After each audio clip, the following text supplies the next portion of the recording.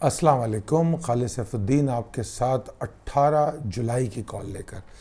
अच्छा, ये जो कॉल है इसमें मैंने आपको कुछ चार्ट के ज़रिए भी आज कुछ दिखाने की कोशिश की है। इनफैक्ट काफ़ी मैसेजेस आते हैं जिसमें मुझे बड़ा खुशी होती है कि लोग सीखने और समझने की भी कोशिश करते हैं। तो बहरहाल जनाब, पहले तो ये प्रिसाइज लेवल टेबल भी अपडेटेड है, आप देख लीजिए। अब आपके सामने दो चार्ट है। एक KC 100 डेली चार्ट है। ये जो KC 100 डेली चार्ट है, इसको आप देखिए तो 11 मई से मुसलसल हम ये देख रहे थे कि इंडेक्स एक ऐसे जोन में आया जहाँ पर आप कह लें कि पहले एक्यूमुलेशन होनी शुरू हुई, अब वो कंसोलिडेट करता हुआ नज़र आया फिर हमें। और वो कंसोलिडेशन जब एक्यूमुलेट हुआ, कंसोलिडेट हुआ, तो उसके बाद हमने उसकी वेव्स भी देखी। अगर आप इस चार्ट को देख रहे होंगे तो इसमें मैंने हाईलाइट किया है और वो स्क्वायर्स बना के आपको दिखाया है कि जब पहली दफ़ा उसने उस लेवल को हिट किया तो वहाँ पर उसको वीक कर दिया, और हालांकि सपोर्ट मिल गई थी उसको। ये 11 मई के आगे के 4-5 सेशंस की बात है, मगर वो सरवाइव नहीं कर सका। मतलब उसने एफर्ट बहुत की मगर बार बार वो वहाँ से नीचे आता हुआ नज़र आया। फिर दोबारा ये हुआ कि वो वहाँ से नीचे गिरा और फिर जो अटमोस्ट लो है, जो लेटेस्ट लो है, वहाँ तक मार्केट चली गई। उसके बाद फिर दोबारा वो उठता है और फिर आप देखते हैं कि 42,700 वाले एरिया में आता है और यहाँ फिर इसको रेजिस्टेंस मिलती है। ठीक है ना, ये वही एरिया है जो 11 मई को सपोर्ट फराहम करने की कोशिश कर रहा था, और जब वो सपोर्ट नहीं मिल सकी तो उसके बाद फिर वो आगे चला गया, नीचे आ गया उसके। अब आप देखें तो 42,770 is really important for market right now.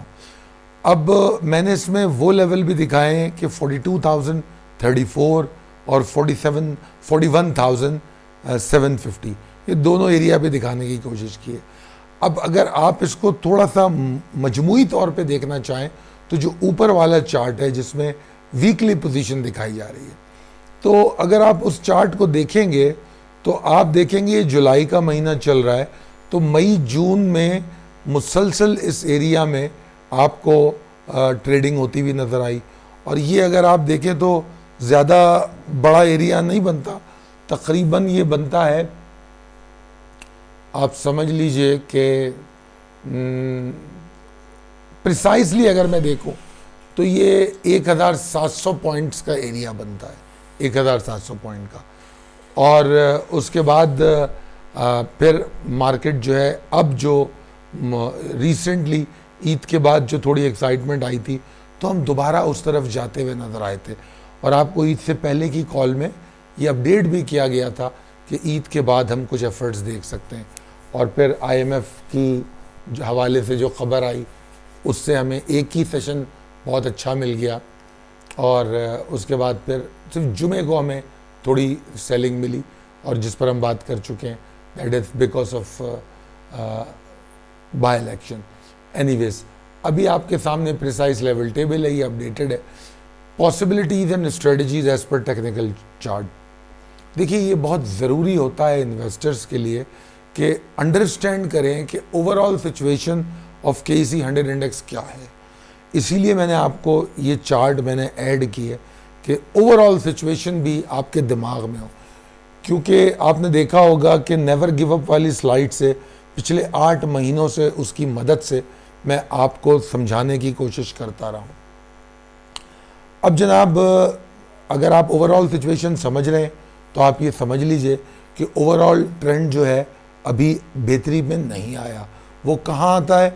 वो 42,770 के ऊपर आता है, और इस लेवल को इंडेक्स को बॉटम बनाना चाहिए। बॉटम बनाना का मतलब कि इसके ऊपर जाके फिर इसको ऑनर करता रहे। अगर वापस कुछ नीचे आता भी है तो इसको यहाँ से बार बार सपोर्ट मिलते रहे, तब जाके हम एक नई रैली की तरफ जा सकेंगे।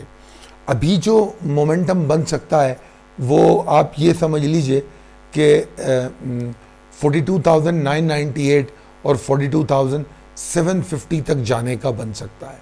और ये मोमेंटम उस वक्त बनेगा कि अगर मार्केट हमारे जो मौजूदा सूरत हाल में 42,034 के नीचे ना ट्रेड करे, क्योंकि 42,034 के नीचे ट्रेड करती है तो दोबारा वॉल्यूम कम होंगे, लैकलस्टर सेंटिमेंट पैदा हो जाएंगे मार्केट में, और उसके बाद फिर मार्केट नीचे गिर सकती है। और उसके बाद मैंने आपको उस चार्ट में जो दिखाया है 41,750 का एरिया, तो फिर वो एक एरिया होगा जिसके बाद फिर दोबारा से बियर्स एक्टिवेट होना शुरू होंगे। 4234 के नीचे से 41,700 तक हमको एग्रेशन शायद ना मिले, थोड़ा बहुत डिप हुआ फिर रिकवरी, डिप हुआ फिर रिकवरी, कम वॉल्यूम, लैकलस्टर सेंटिमेंट हो सकते हैं, मगर जो एक्टिवेट होते हुए बियर्स नज़र आएंगे वो 41,750 के नीचे नज़र आ सकते हैं। Coming back to the point कि इस वक्त अगर मैं देखूं तो मार्केट की जो क्लोजिंग है, अगर मार्केट 42,034 को सरवाइव करती है, अच्छा अब इसमें इलेक्शन के रिजल्ट भी बहुत मायने रखते हैं, और उस पर अगर कोई तब्दीली या कोई ख़ास अहम बात मुझे नज़र आई असरअंदाज होती हुई इंडेक्स पे, तो उसकी फिर मैं कोई छोटी सी लाइव वीडियो करके आपको अपडेट कर दूंगा। अभी तो मैं ये कह सकता हूँ कि अगर ओवरऑल सिचुएशन देखूँ तो अगर शहबाज शरीफ की गवर्नमेंट पावर में रहती है, यानी कि हमज़ा शरीफ अगर पंजाब में 10 सीट या 10 सीट के ऊपर ले आते हैं तो मार्केट के लिए ये पॉजिटिव सिनेरियो होगा। और अगर उनकी 10 सीटें नहीं आती, 10-11 सीटों से नीचे आ जाते हैं, तो फिर मार्केट के लिए कुछ नेगेटिव सेंटिमेंट डेवलप हो सकते हैं। तो मिनिमम रिक्वायरमेंट जो हमज़ा शहबाज के लिए है वो 10-11 सीटें उनको चाहिए, ठीक है जी। तो एक तो ये, और हमज़ा शहबाज शरीफ का 10-11 सीटें निकालना पॉजिटिव हो सकता है मार्केट के लिए, और नहीं निकालना नेगेटिव हो सकता है, जो सूरत हाल इस वक्त सियासी तौर पे नज़र आ रही है। अच्छा, फिर coming back to the technical situation कि अगर तो मार्केट यहाँ से ऊपर चलती है, जिस तरह मैं देख रहा हूँ 42,034 को ऑनर कर देती है, तो आप फिर समझ लीजिए मार्केट के अंदर कुछ अच्छी पोजीशन में देख सकते हैं। अब उसमें हमारे पास अगर हम प्रिसाइज लेवल टेबल देखें तो 42,153 की एक रेजिस्टेंस है और 42,233 की एक रेजिस्टेंस है। तो इन रेजिस्टेंसेस के ऊपर मार्केट ट्रेड करे तो ठीक है।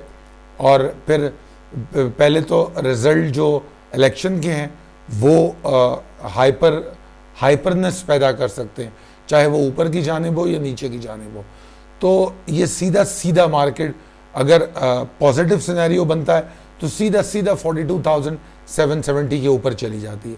और ये जो टारगेट मैंने दिया है 42,750 से लेकर 42,998 तक, ठीक है ना। ये 750 नहीं है, बेसिकली 770 है, मैं गलत कह गया हूँ। 42,770 से लेकर 42,998 तक का पोटेंशियल इसमें आ जाता है, ठीक है जी, पॉजिटिव ट्रेड होने की सूरत में।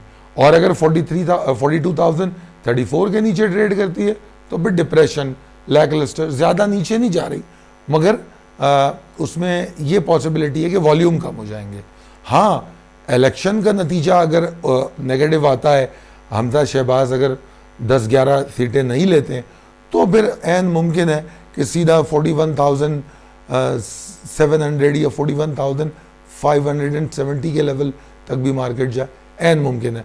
मगर ऐसी सूरत में वॉलेटिलिटी बहुत अहम होती है, क्योंकि प्री ओपनिंग वॉलेटिलिटी, क्योंकि miss interpretation of the impact, जो नताइज आते हैं उसका मार्केट पे क्या असर होगा, उसकी मिस इंटरप्रिटेशन। अब हर एक की, जैसे मैंने एक इंटरप्रिटेशन की कि 11 सीटें आज आती हैं तो पॉजिटिव है, ये मेरा ख्याल है, ठीक है ना। तो ज़रूरी तो नहीं है कि मेरे ख्याल के हिसाब से मार्केट चले। अगर फ़र्ज़ कीजिए ज़्यादा लोग ये बात सोचते हैं कि नहीं जनाब, अगर 11 सीटें नहीं भी आती तो भी अच्छा है, अगर उनकी 5 सीटें आती हैं तब भी ये बड़ा अच्छा हो गया, अगर वो हार जाते हैं तो ज़्यादा अच्छा है, तो ठीक है, होगा फिर। मगर बहरहाल जो मेरी समझबूझ इस वक्त हालात को देखते हुए कह रही है, मुल्क की माशी और सियासी गैर मुस्तहकम सूरत हाल को देखते हुए जो कह रही है, हमें इस्तेहकाम की बड़ी ज़रूरत है। तो वो इस्तेहकाम हमको टाइम पीरियड से ही मिल सकता है, टाइम पीरियड से ही मिल सकता है। जहाँ तक मुझे समझ में आता है कि जो एग्रीमेंट में भी आपको डिले नज़र आ रहा है, वो उसकी वजह सिर्फ जो इस्तेहकाम सियासी तौर पे नज़र नहीं आ रहा, माशी पॉलिसियों की शक्ल में या सियासी इस्तेहकाम गवर्नमेंट की मजबूती की शक्ल में, उसकी वजह से IMF का भी डिले मुझे थोड़ा सा, मेरा ये ख्याल है, उसकी वजह से होता रहा। एनीवेज, तो जनाब इसको आप टारगेट समझ लीजिए 42,770 से 42,998 तक। अब डिपेंड करता है कि यहाँ पर वॉल्यूम कैसे जनरेट होते हैं। अगर तो वॉल्यूम अच्छे जनरेट हो गए तो शायद आप उसी दिन मतलब 18 तारीख को 43,145 को भी देख लें, ठीक है। और जिस तरह मैंने बताया आपको कि जब अगर इसने 42,770 के ऊपर सस्टेन करना सीख लिया इस आने वाले हफ्ते में, तो फिर हम एक नई रैली की तरफ जाएंगे। और इस वक्त मार्केट में जो पाकिस्तान की जो माशी और सियासी अदम इस्तेहकाम है, उसकी वजह से हम लंबे लंबे टारगेट सेट नहीं करेंगे।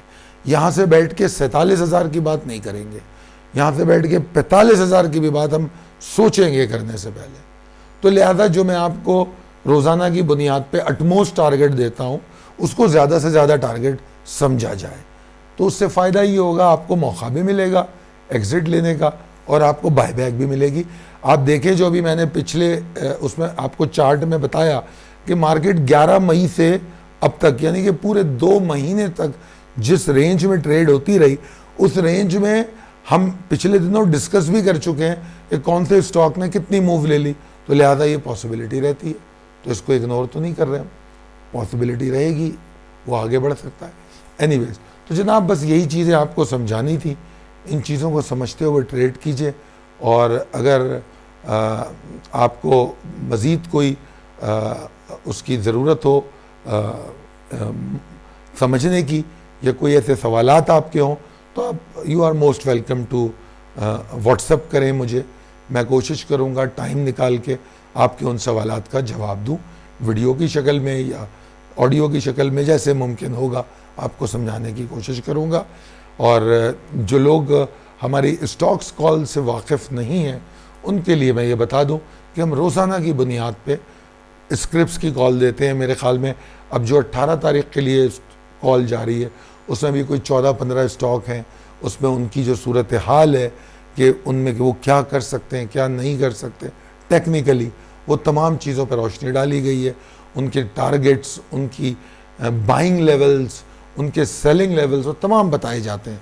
तो उसके लिए भी आप रब्ता कर सकते हैं, तो हम आपकी पूरी रहनुमाई फरमाएंगे।